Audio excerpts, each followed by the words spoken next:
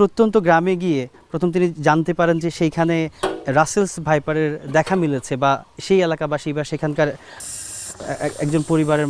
সদস্যরা তাকে যখন জানিয়েছিলেন যে সেখানে একটি রাসেলস ভাইপারের দেখা মিলেছে, তারপরে কিন্তু সেই সাপটি তিনি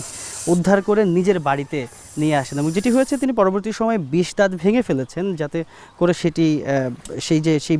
বিষের যে মাত্রা সেটি যেন কমানো সম্ভব হয়। এই মুহূর্তে আপনি দেখতে পাচ্ছেন যে সবচেয়ে ভয়ানক যে সাপটি, যেটা নিয়ে সবচেয়ে বেশি আলোচনা হচ্ছে, যে রাসেলস ভাইপার চেনার যে ব্যাপারটি, এর মধ্যে আমরা খবর পেয়েছি যে অনেক মানুষ এরই মধ্যে রাসেলস ভাইপারকে অজগর ভেবে ভুল করেছেন। এই তার যে পিঠের যে ডোরাকাটা দাগ, সেটির কারণে, যে ডোরাকাটা দাগের কারণে অনেকেই দ্বিধান্বিত হয়েছেন যে এটি আসলে অজগর নাকি অন্য কোনো সাপ। এরই মধ্যে ফরিদপুরের একজন কবিরাজের কথা জানতে পেরেছি আমরা, যে সেই কবিরাজ